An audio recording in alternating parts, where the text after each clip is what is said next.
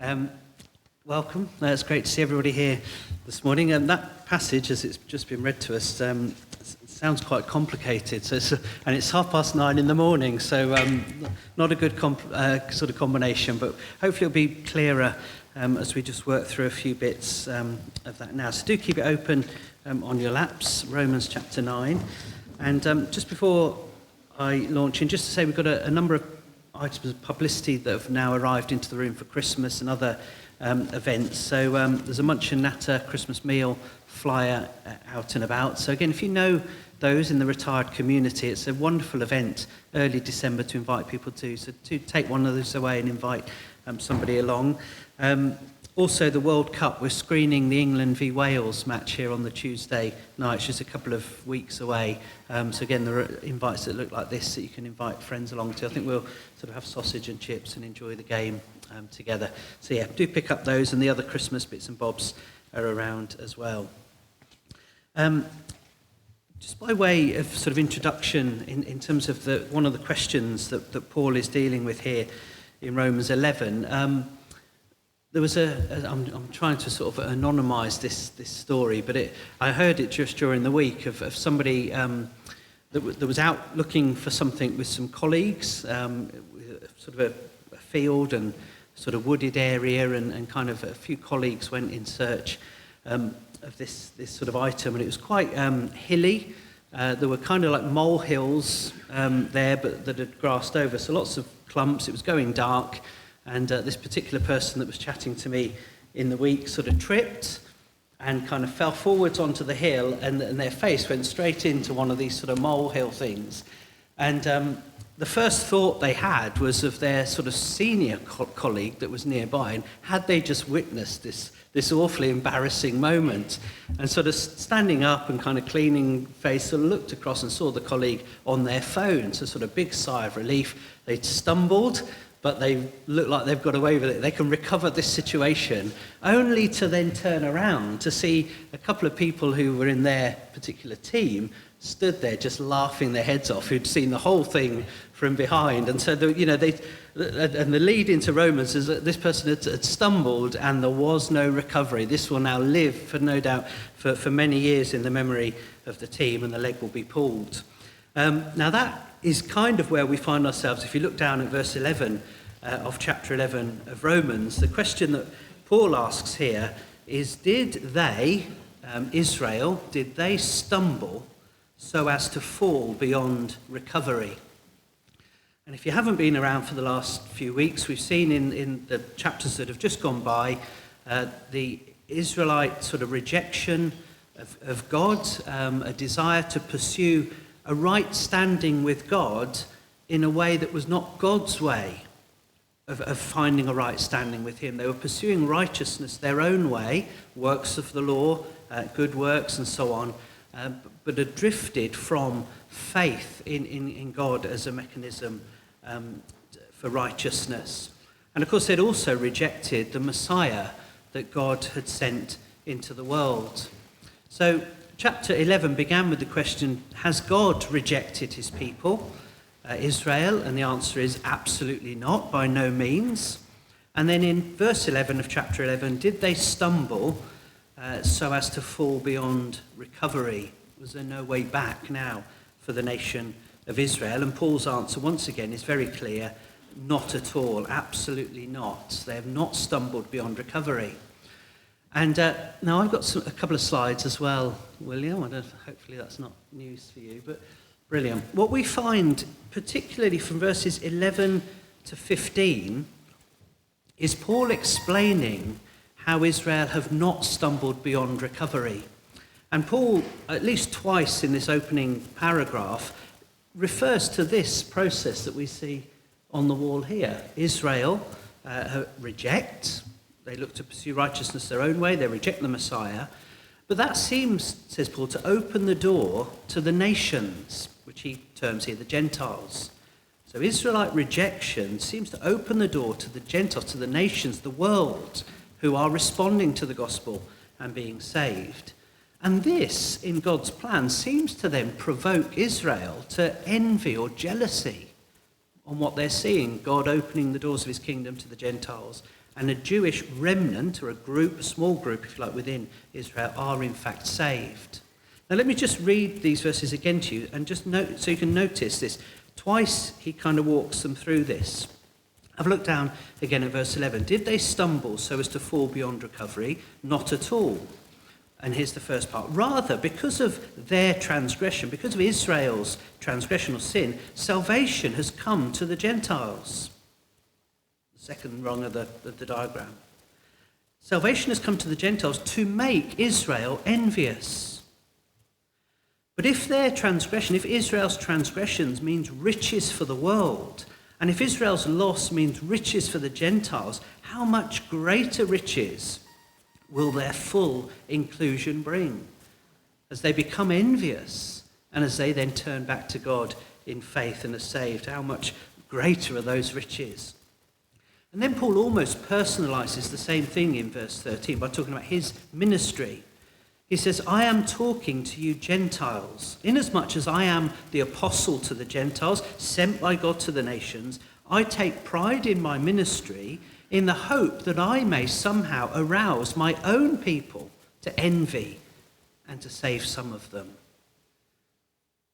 If their rejection brought reconciliation to the world, what will their acceptance be but life from the dead? So you can see twice he's run through the same process. Rejection opens the door to the nations, Israel are envious, and then turn and are saved. So that's the sort of process that's here in the first section of the chapter. No, Israel have not stumbled beyond recovery. I was hesitant to tell you this story because it's horrible, sort of one of those that makes you feel funny inside. But when we were in Australia, Esther must have been 4, maybe. We went to a wonderful beach, as you do, with a great big sort of high, like sand dune. And the kids, Ellie and Esther, 7 and 4, came running down the sand dune. We were at the bottom looking up. And you know when you're running too fast and your legs just can't keep up the speed? And Esther just literally couldn't keep up the speed and went forwards onto her head, and you sort of had the neck go and then straight over and then sort of skidded down, you know. Awful moment to watch this from a distance, you know, and you just think, oh my goodness, anything could have happened. And thankfully there were a few tears, but she was up and running not long after. But it was awful to watch, you know, had she stumbled, and what on earth had that brought about? Stumbled beyond recovery. The first paragraph here is saying, no, Israel haven't. And I think just on the second slide, this illustrates a couple of things for us this morning. Have they stumbled beyond recovery? Absolutely not. And what this, is there one more slide, William? And what this shows, again, is God's faithfulness to his covenant promises. The rejection of God by the Israelites, the rejection of their Messiah, the crying out for the death of the Son of God and so on, is not enough for God to become unfaithful to the promises that he's made. And we'll get at the end of the chapter, we'll unpack this further. God, on account of his promise to Abraham, Isaac and Jacob, it's in verses 28 and 29 if you want to glance at it, but based on his promises to them, his love given to them, his call being irrevocable, he will not abandon the people of Israel. So they're still in his plans. And the second thing I just wanted to notice was just draw attention to the language that's used there in verse 12, and this is very much for us this morning. I love the way that he speaks of riches here. Because of their transgression, salvation has come to the Gentiles to make Israel envious. But if their transgression means riches for the world, and their loss means riches for the nations, how much greater riches will their full inclusion be? It's a lovely word, isn't it? Jesus spoke of the kingdom of heaven being like a treasure, didn't he? Buried in a field. And he said, you know, wouldn't you sell everything you have in order to buy that field, to have that treasure? And sort of just the images are so wonderful, aren't they? The kingdom of God, the kingdom of heaven that Christians have and are part of is treasure. It's a pearl of great price, according to Jesus. I just thought, it just arrested me as I was reading this in the week, that their transgressions means riches for the world.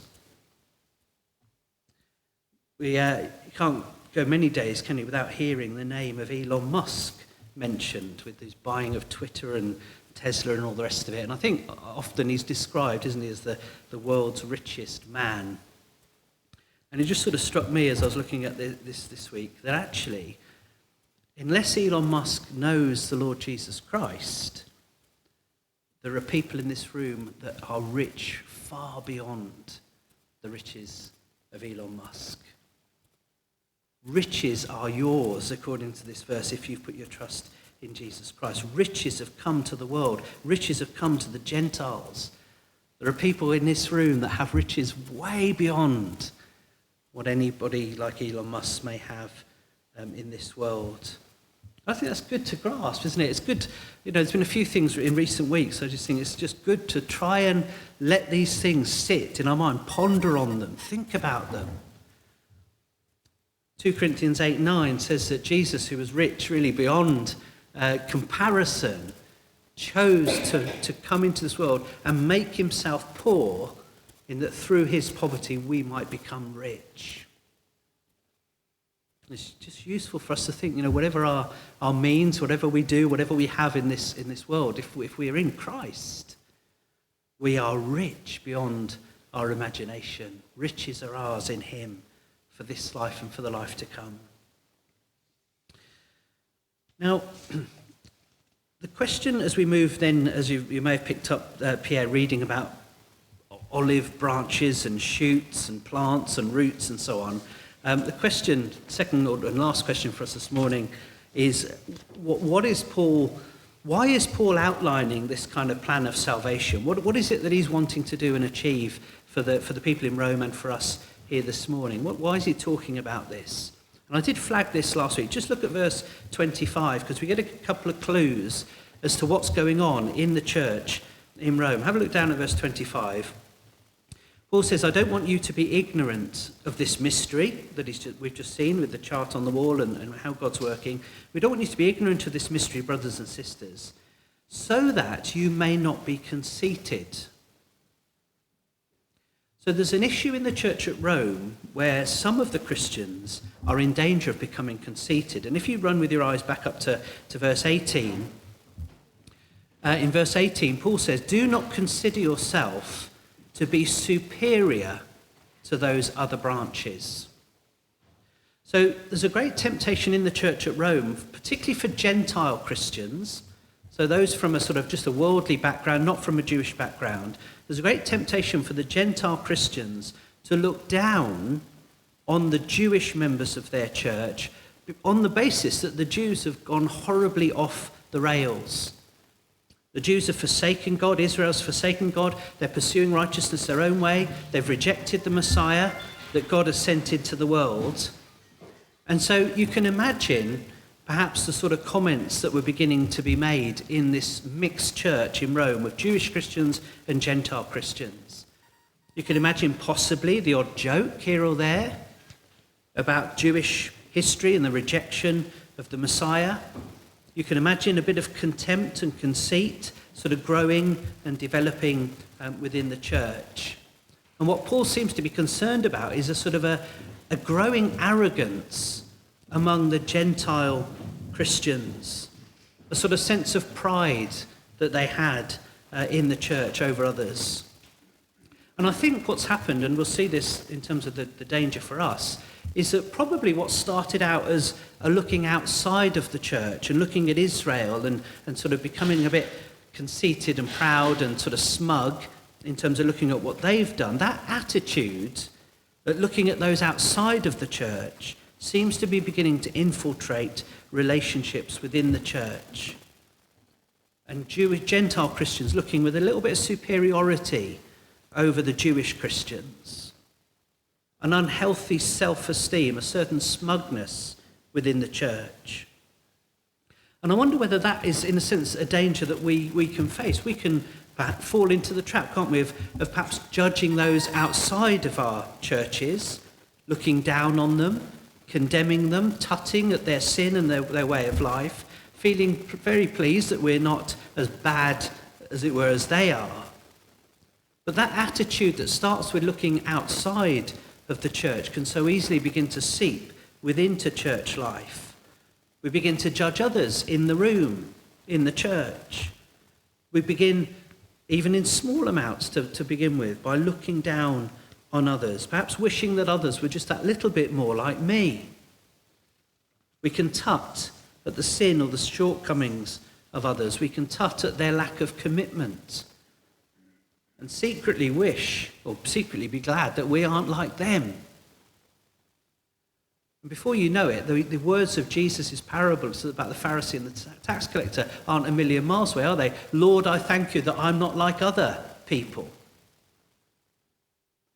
And slowly but surely, even though perhaps our thinking about the state of the church may start from a right place and a right heart, but slowly but surely there is an arrogance creeping in, a sense of being proud of ourselves, of wishing others were more like us. How much better the church would be, we might quietly think to ourselves, if others were more like me.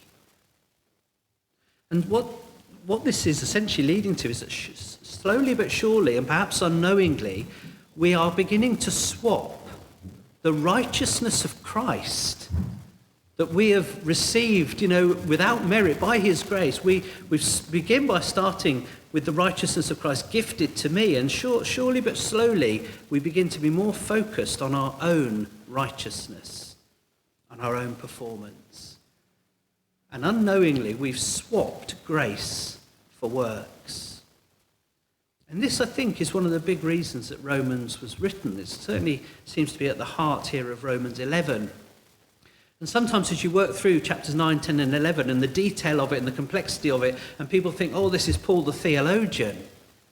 But actually, I think what we've got here as we move to chapter 11 now is Paul the pastor, who's desperately concerned about the spiritual health of the church at Rome. And so these next verses that we're just going to work through quickly, 17 to 24, 25, Paul moves through three sections where he's addressing this issue of the danger of arrogance within the church. So again, I think there it is already. There's one last slide, and there's your summary of the 3 points. The first thing that Paul says the Gentiles shouldn't be arrogant is because they're forgetting that the source of their salvation is Israel. So have a look down with me at verses 17 and 18. Paul says, if some of the branches have been broken off, and you, Gentiles, though a wild olive shoot, have been grafted in among the others, and now share in the nourishing sap of the olive root, do not consider yourself to be superior to those other branches. If you do, consider this. You do not support the root, but the root supports you. What Paul's doing here is picking up on an Old Testament image, the olive tree, which is the picture of the people of God, the people of Israel. And Paul is essentially saying, you Gentile Christians, when you believe the gospel, it's as if God took a wild olive shoot, you wild Gentiles, he took a wild olive shoot and he's grafted you in to his olive tree. In other words, if the people of God are the olive tree, the unbelieving Israelites have been broken off, the branches have been broken off, and the believing Gentiles, who once were never part of this olive tree, have been grafted into the olive tree. Now in verses 17 and 18, Paul is saying, before you start focusing on the branches that have been broken off, their sort of contempt for Israel, or start feeling superior to the Jewish Christians around you, he says, remember that the root of the tree supports you. If it weren't for the root, the branches couldn't survive. And that root is Jewish. So if you imagine we're the church at Rome here, I think there were probably many of them gathering, and Paul's letters being read out to them. He's very much focusing in now on those Gentile Christians that are in the room. And he's saying, don't you be arrogant, don't you dare be arrogant and think yourself more superior than the Jewish Christians sat around you, because you've been grafted into this tree and the root of that tree is Jewish. And there's a lovely phrase in it, you share in the nourishing sap from the olive root. God chose Abraham. God chose Isaac and Jacob, the patriarchs. He gave birth to the Jewish nation. The promises were made to them. The covenant was made to them. The Saviour himself was Jewish, a child of Abraham. Jesus was a Jew. The apostles were Jews. Paul, Peter, James, John, everybody that took the gospel out into the world were Jews. You cannot boast, says Paul, over Jewish Christians, because the foundation of the church is fundamentally Jewish. The root supports you. It's a little bit, I think, in terms of what Jacques said this morning about remembrance, and we remember every year, don't we, that our freedoms have a root. Our lives, our enjoyments, as we've been thinking about this morning, have a very definite root. That the sacrifice of so many have made possible what we enjoy and have today. There's a connection. And just as in our arrogance, we would hope never detach ourselves from what's come before and what people have done. That's the sense of this first paragraph, 17 to 18. You've been grafted in. You've been grafted into this holy olive tree.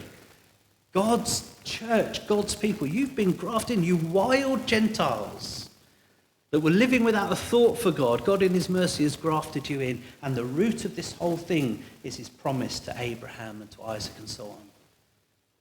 There's no room for arrogance for you Gentile Christians in Rome or in Redbourne. Secondly, verses 19 to 21, he reminds them that we Gentiles are grafted in by faith. We're not grafted in by our merit or our achievement or our performance. So let me read that to you again, verse 19. You will say, branches were broken off so that I could be grafted in. Granted, but they were broken off because of unbelief, and you stand by faith. Do not be arrogant, but tremble. For if God did not spare the natural branches, he will not spare you either. Now again, you can imagine the growing sense of pride as the Gentiles reason, that God has broken off these unbelieving Jewish branches and he's accepted us. But Paul reminds them and he warns them, remember they were broken off because of unbelief. You weren't grafted in on merit. You were grafted in not because of your achievements. You were grafted into that olive tree on the basis of faith. And faith is a gift from God. You're not part of God's remnant or part of his olive tree because you've earned it or deserved it. You're no better, in fact, than the broken branches. You're here purely on the basis of God's mercy and on the basis of faith. And faith was given to you by God. In other words, personal smugness, boastfulness, superiority have no place whatsoever among the people of God saved by grace. And then Paul warns them in the middle of verse 20, do not be arrogant, but tremble. If God did not spare the natural branches, he will not spare you either.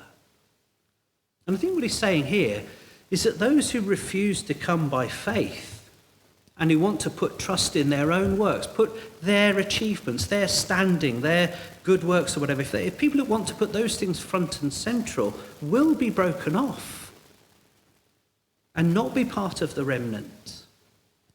Chapter 10 has made it clear that Israel wanted to establish righteousness their own way, not God's way. And as a result were hardened and broken off. And Paul's simply saying, if you Gentiles want to become arrogant and proud, seeking and parading your own righteousness, you are moving from God's righteousness to your own righteousness. And we know what happened to them. You are here because of mercy. So in Rome and in Redbourne, let's root out any semblance of pride or arrogance. And as a church, refuse to sit in judgment upon those around us as if we are superior based on our performance. The only superiority is that of Jesus Christ. So let's boast in him, not ourselves. And Paul then concludes the section, verses 22 to 24, by saying, look, remember the kindness of God and remember the sternness of God and continue in his kindness. And that will maintain the health of the church to put these things into practice. Don't lose sight. Let me read it, verse 22. Consider, therefore, the kindness and sternness of God. Sternness to those who fell, but kindness to you, provided that you continue in his kindness. Otherwise, you also will be cut off. And if they do not persist in unbelief, they will be grafted in, for God is able to graft them in again. After all, if you were cut out of an olive tree that is wild by nature and contrary to nature were grafted into a cultivated olive tree, how much more readily will these natural branches be grafted into their own olive tree? We'll get to that in a second. But essentially he's saying here, don't lose sight of the sternness of God. And I want to give you, we've got two things to do as a result of today. Firstly, we're going to think about our shoes, which Sharks talks about. The thing I want you to notice this week are trees. And when you see any tree this week, throughout the week, it's a great reminder of what we've seen in Romans 11. Look at the branches of the tree. Maybe you've got a tree near your house. Maybe you walk past one as you go off to work or school or whatever. Look at the branches. Remember that branches have been broken off. Israel of the past, branches broken off because they fell into unbelief. They wanted their own righteousness. They didn't want God's righteousness. Remember those branches. Remember the sternness of God towards those that are self-sufficiently righteous. Remember the kindness of God grafting you into the tree. Think about where God took you from and grafted you into this precious tree of the people of God. See the branches. Remember the sternness of God that is not interested in puffed up, arrogant, self, full of self and our goodness. God's not interested there. Branches are cut off. But by his kindness you have been grafted in. And Paul says, continue in that kindness. A knowledge of God's kindness will not produce arrogance and pride and boastfulness and one-upmanship and looking down on others. Focus and continue with the kindness of God. And then the last thing that he says to the Gentile Christians there is that Israelites can still be and will still be regrafted back into the tree. It's wonderful, isn't it? Paul says, if God can graft in you wild Gentile shoots, well, he's got no problem regrafting Jews into the tree and Israelites back into the tree. Rather than condemning Israel and rather than scoffing at them and making fun of them and feeling superior, you Gentile Christians should be praying for them. Praying that the gospel will go out, back to that diagram we started with, that Israel will be provoked to jealousy and envy and come back and be saved. See how the Gentile Christians have looked at the world, as it were, or Israel, and just laugh and condemn and feel superior. They should be on their knees praying, God, may the gospel radiate from us in Rome, that the Jews will come in and believe and accept Jesus. And in the same way for us, if the world around us is to be drawn to the gospel and drawn to Christ, they need to see the grace of God in us. They're not to see a conceited, superior, finger-wagging church, but a people that are in awe of the kindness of God, overflowing with thankfulness for the kindness of God. A church that knows we are rich beyond measure because we have received mercy and grace. And it's that love and joy and peace and thankfulness and contentment that may just provoke a watching world to envy and to come and embrace Christ. We'll end there. We'll finish chapter 11 next week.